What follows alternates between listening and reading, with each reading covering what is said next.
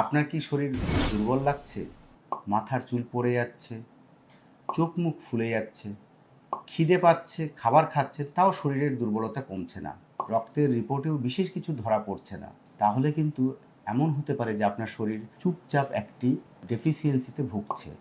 সেটা হচ্ছে protein deficiency. আর আমাদের বাঙালিদের মধ্যে লাখো কোটি লোক প্রতিদিন এই প্রোটিন ডেফিসিয়েন্সির ভোগে। তার কারণটা হচ্ছে আমরা অ্যাডিকুয়েট পরিমাণে প্রোটিন খাবার খাই না। আজকের এই ভিডিওটা খুব ইন্টারেস্টিং হতে চলেছে। এখানে আমরা জানবো আমাদের শরীরে প্রোটিন ডেফিসিয়েন্সি হলে ঠিক কি কি হতে শুরু করে, কোন লক্ষণগুলো আগে দেখা যায়, এবং আমরা জেনে নেব আমাদের বাঙালিদের মধ্যে বা ভারত বাংলাদেশের মানুষের মধ্যে প্রোটিন ডেফিসিয়েন্সি নিয়ে কিছু শকিং ডেটা, এবং কি করলে এই প্রোটিন ডেফিসিয়েন্সিকে আমরা ওভারকাম করতে পারবো। আর ভিডিওর শেষের দিকে বলবো কোন 3 ধরনের মানুষের মধ্যে প্রোটিন ডেফিসিয়েন্সি বেশি হতে পারে এবং কেন হতে পারে। তাই এগুলো জানার জন্য অবশ্যই আমাদের সঙ্গে থাকুন ভিডিওর শেষ অবধি। পুরো ভিডিওটি আমরা 6টি সেগমেন্টে আলোচনা করব। প্রথম সেগমেন্টে আমরা আলোচনা করব প্রোটিন আসলে আমাদের শরীরের সাথে কি করে, প্রোটিন কেন আমাদের প্রয়োজন। চলুন শুরু করি। প্রোটিন কিন্তু শুধুমাত্র তাদেরই প্রয়োজন হয় না যারা জিম করেন। প্রোটিন কিন্তু আমাদের সবার জন্যই দরকার, কেননা প্রোটিন হচ্ছে আমাদের শরীরের বিল্ডিং ম্যাটেরিয়াল। প্রোটিন যে যে কারণে দরকার হয় আমাদের শরীরে, সেটা হচ্ছে প্রোটিন আমাদের মাসেল তৈরি করছে, হরমোন তৈরি করছে, ইমিউনিটি তৈরি করছে। এছাড়া আমাদের চুল, নখ এগুলো তৈরি করার জন্য প্রোটিনের দরকার হয়, এবং বড় কোনো অপারেশন বা কোনো ক্রনিক ডিজিজের পর আমাদের শরীরের যে রিকভারি হচ্ছে তার জন্য কিন্তু প্রোটিনের দরকার হয়। তাহলে আমরা এখান থেকে কি জানতে পারলাম? আমরা এটাই জানতে পারলাম যে আমাদের শরীরের প্রতিটা সেল কিন্তু সারাক্ষণ প্রোটিনের উপর ডিপেন্ডেন্ট। আর সেই জন্যই কিন্তু যদি প্রোটিন কমতে শুরু করে তাহলে আমাদের শরীর ধীরে ধীরে দুর্বল হয়ে পড়ে। চলুন এবার আমরা আলোচনা করি সেগমেন্ট 2। সেগমেন্ট 2তে আমরা আলোচনা করব আমাদের বাঙালিদের মধ্যে, মানে ভারত এবং বাংলাদেশের কিছু প্রোটিন ডেফিসিয়েন্সি বা প্রোটিন নিয়ে কিছু শকিং ডেটা। ভারতের বিভিন্ন নিউট্রিশনাল সার্ভে অনুযায়ী দেখা গেছে বেশিরভাগ ভারতীয় এরাই কিন্তু রেকমেন্ডেড ডেইলি যে নিড হয় আমাদের প্রোটিনের, তার থেকে অনেক নিচে প্রোটিন গ্রহণ করে। যেমন বিশেষ করে এল্ডারলি যারা, মানে বয়স্ক যারা হন, যারা গর্ভবতী মহিলা হন, বাচ্চারা, এবং যারা লো সোশিও ইকোনমিক স্ট্যাটাসের নিচে থাকেন, তারা খাবার তো খাচ্ছেন কিন্তু তাদের সেই খাওয়ার মধ্যে পর্যাপ্ত পরিমাণ প্রোটিন কিন্তু থাকছে না। এই কারণেই তারা একটা ক্রনিক ম্যালনিউট্রিশনে ভুগছে। এই ম্যালনিউট্রিশনটা হচ্ছে হিডেন ম্যালনিউট্রিশন, মানে সত্যি সত্যি মনে হচ্ছে আপনি প্রচুর খাবার খাচ্ছেন কিন্তু সেই খাবারটা আপনার কিন্তু পর্যাপ্ত খাবার না। মানে আমাদের যে খাবারের মধ্যে অ্যাটলিস্ট 25% প্রোটিন খাওয়া উচিত, সেই পর্যাপ্ত পরিমাণ কিন্তু প্রোটিন এই ভারত এবং বাংলাদেশের যে আমাদের নাগরিক আছে বেশিরভাগই কিন্তু সেই পর্যাপ্ত পরিমাণ প্রোটিন নিতে পারছেন না। বাংলাদেশেরও সমস্যা কিন্তু অনেকটা একই রকম, এবং বাংলাদেশে বিশেষ করে বাচ্চা এবং গর্ভবতী মহিলা এবং মা, এদের ক্ষেত্রে কিন্তু প্রোটিন ডেফিসিয়েন্সিটা অনেক বেশি, এবং সেজন্যই প্রত্যেকে হয়তো অ্যাডিকুয়েট খাবার খাচ্ছে কিন্তু সেই খাবারের মধ্যে কিন্তু পর্যাপ্ত পরিমাণ প্রোটিন সেটি কিন্তু থাকছে না, যার জন্য তারা কিন্তু একটা ক্রনিক ম্যালনিউট্রিশন বা যাকে হিডেন ম্যালনিউট্রিশন বলে তাতে কিন্তু সবাই ভুগছে। এবারে আমরা চলে আসছি সেগমেন্ট 3তে। এখানে আমরা আলোচনা করব যে প্রোটিন ডেফিসিয়েন্সি হলে শরীর কিভাবে সিগন্যাল দেয়। নাম্বার 1, উইকনেস এবং ফ্যাটিগ। শরীরে প্রোটিনের পরিমাণ কমে গেলে আমাদের শরীর সবসময় দুর্বল বোধ হয় এবং ক্লান্ত লাগে, কেননা যেহেতু শরীরে মাসেলের এনার্জি কমে যেতে শুরু করে। Number 2, muscle loss. এটা স্পেশালি বয়স্কদের ক্ষেত্রে দেখা যায়। শরীরে প্রোটিনের পরিমাণ কমে গেলে মাসেল ক্ষয় হতে শুরু করে, তখন শরীর অস্বাভাবিকভাবে রোগা হয়ে যায় যেহেতু মাসেল লস হচ্ছে। Number 3, hair fall. যেহেতু আমাদের চুল প্রোটিন দিয়ে তৈরি হয়, সেই জন্য প্রোটিন কমে গেলে পরে চুল অস্বাভাবিক হারে পড়তে শুরু করে, চুল পাতলা হয়ে যায় এবং সাথে আমাদের নখও খুব দ্রুত ভেঙে যেতে পারে। নাম্বার 4, বডিতে সোয়েলিং হয়ে যাওয়া বা চোখ মুখ ফুলে যাওয়া। এই চোখ মুখ ফুলে যাওয়া, বডি সোয়েলিং হয়ে যাওয়া, যখন আমাদের শরীরের মধ্যে প্রোটিনের পরিমাণ কমে যায় তখন বডি ফ্লুইড রিটেনশন পাওয়ার কমে যায় এবং এই ফ্লুইডটা লিক হয়ে সেলের মধ্যে ঢুকে যায়, যেখান থেকে আমাদের কিনা ইডিমা তৈরি হয়, আর সাথে সাথে এই চোখ মুখটাও ফুলে যায়। নাম্বার 5, বারবার ঠান্ডা লাগা বা ইনফেকশান হওয়া। বারবার ঠান্ডা লাগা বা ইনফেকশান হওয়া এর কারণ হলো যে প্রোটিন একটি সবথেকে বড় ইম্পর্ট্যান্ট আমাদের বডির কম্পোনেন্ট, যেটি দিয়ে আমাদের ইমিউনিটি বা ইমিউন সেল তৈরি হয়। এই ইমিউন সেল বা ইমিউনিটি তৈরির জন্য আমাদের প্রোটিন দরকার। যখন আমাদের শরীরে প্রোটিনের পরিমাণ কমে যায় তখন এই ইমিউনিটি পরিমাণটাও কমে যায়। ইমিউনিটি পরিমাণ কমে গেলেই বারবার আপনাকে ঠান্ডা লাগবে, বারবার ইনফেকশান হবে, এই প্রবলেমগুলো কিন্তু হতে থাকবে। 6 নম্বর হলো ঘা শুকোতে সময় লাগা। যদি প্রোটিনের পরিমাণ কম থাকে তাহলে কিন্তু ঘা শুকোতে অনেক অনেক সময় লাগবে, কারণ ঘা শুকোনোর জন্য সবসময় প্রোটিনের প্রয়োজন হয়।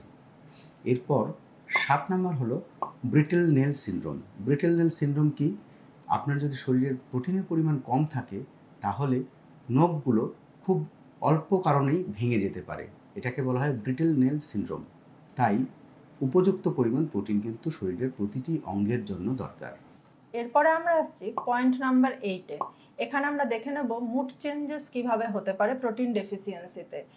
আমাদের কি হতে পারে? প্রোটিন ডেফিসিয়েন্সির সাথে সাথে ইরিটেশন হতে পারে, লো মুড হতে পারে এবং ব্রেন ফগ। ব্রেন ফগ বলতে কি বোঝায়? মানে আমরা কোনো কিছু ভাবছি কিন্তু ঠিকঠাক ভেবে উঠতে পারছি না, আমাদের কনসেন্ট্রেশনের অভাব হচ্ছে বা আমরা ঠিকঠাক হয়তো মনে রাখতে পারছি না।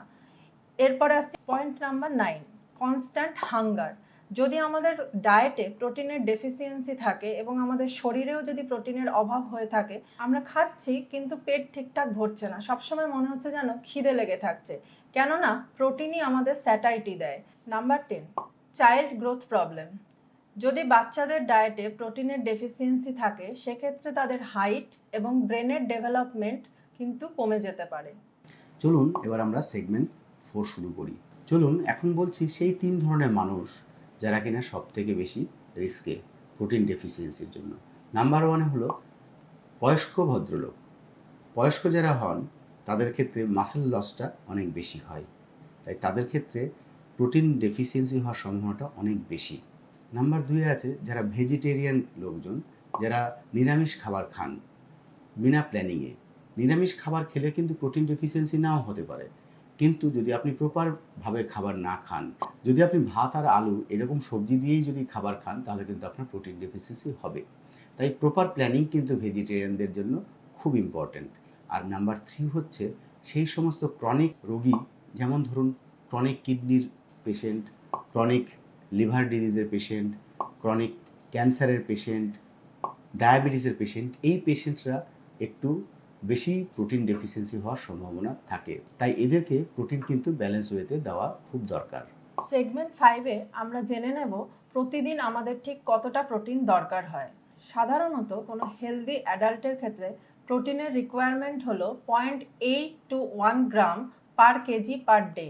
মানে যদি কোনো অ্যাডাল্টের ওজন 60 কেজি হয়ে থাকে তাহলে প্রতিদিন তার 48 to 60 গ্রাম প্রোটিনের দরকার হয়। কিন্তু যদি কোনো মানুষ কোনো ক্রনিক ইলনেসে ভুগে থাকেন বা তার কোনো সার্জারি হয়ে থাকে সেক্ষেত্রে কিন্তু রিকভারির জন্য অনেক বেশি পরিমাণ প্রোটিন তার ইনটেক করা উচিত প্রতিদিন। চলুন এবার আমরা সেগমেন্ট 6 মানে আমাদের লাস্ট সেগমেন্টে চলে এসেছি, এবং এখানে আমরা জানবো যে আমাদের ভারত এবং বাংলাদেশ মানে আমাদের বাঙালিদের খাবারের মধ্যে সবথেকে ভালো প্রোটিন কিসে কিসে আছে এবং যেটা খুব ইজিলি পাওয়া যায়। সবথেকে ইম্পর্টেন্ট বাঙালিদের যে প্রোটিন সোর্স সেটা হচ্ছে ডিম। ডিম কিন্তু সব জায়গাতেই পাওয়া যায় এবং ডিমের মোটামুটি সবাই কিনে খেতে পারে, সেরকমও কিন্তু সম্ভব। এরপরে আসছে মাছ।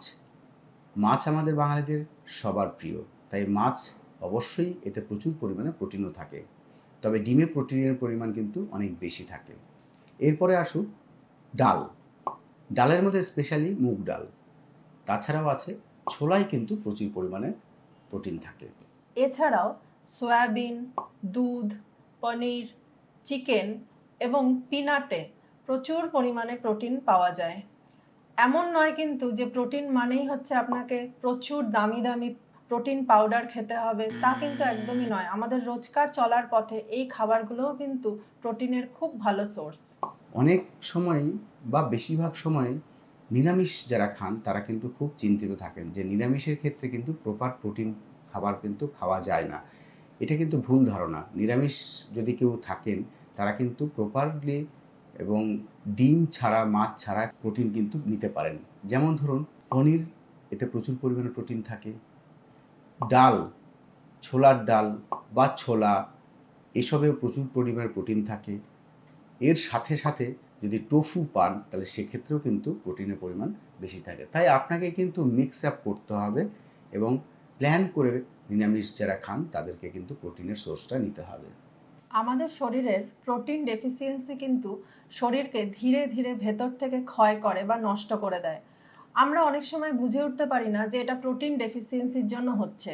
আমরা হয়তো অনেক সময় ভাবি বয়স হচ্ছে তাই শরীর দুর্বল লাগছে, অনেক সময় হয়তো ভাবি খুব গরম পড়েছে তাই হয়তো শরীর দুর্বল লাগছে, কিন্তু আসলে এই দুর্বলতার পেছনের কারণ হলো নিউট্রিশনাল ডেফিসিয়েন্সি বা শরীরে প্রোটিনের ডেফিসিয়েন্সি। তাই এই ভিডিওটি সবার জন্যই খুব গুরুত্বপূর্ণ, স্পেশালি আপনার ঘরে যদি এল্ডারলি মানে বয়স্ক মানুষজন থেকে থাকেন বা কোনো গ্রোয়িং চাইল্ড থেকে থাকে, তাহলে অবশ্যই তাদেরকে এই ভিডিওটি দেখান এবং ভিডিওটি ভালো লেগে থাকলে অবশ্যই একটা লাইক করবেন।